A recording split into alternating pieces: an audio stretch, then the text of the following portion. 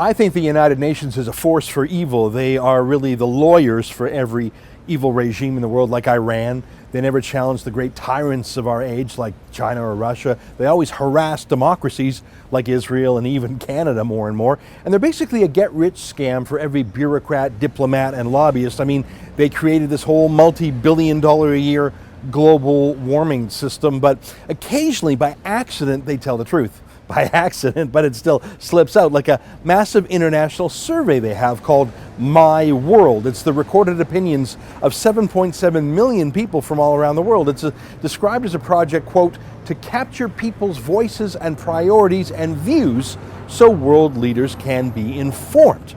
So the UN ranked 16 different priorities to help alleviate poverty in the world. 16 priorities. A good education was the top priority of these 7.7 million global citizens. Probably makes sense. We're not talking about failure to launch rich kids in North America studying sociology for 7 years at university. We're talking about basic literacy in the third world. So yeah, that's for sure.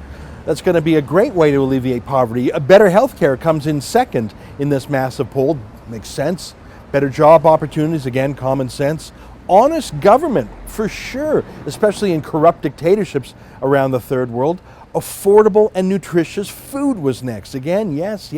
It's shocking to hear so much common sense from a UN survey.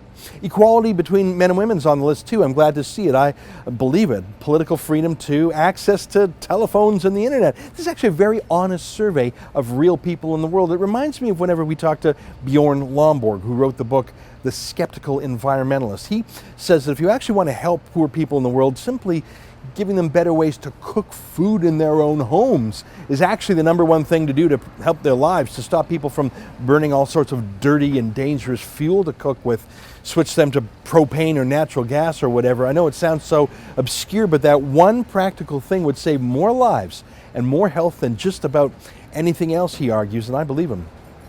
And that's what this list sounds like, a list of extremely practical, sometimes small and affordable steps. In other words, exactly the opposite of what the UN likes to do.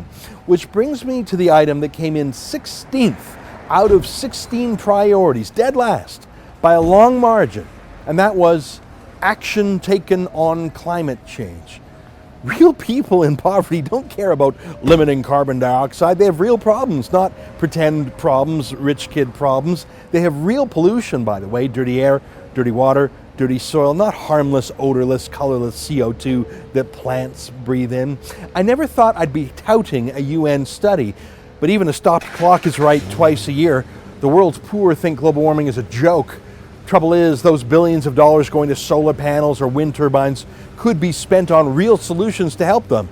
It's a joke, all right, a cruel joke, but the joke's on them. For TheRebel.media, I'm Ezra Levant.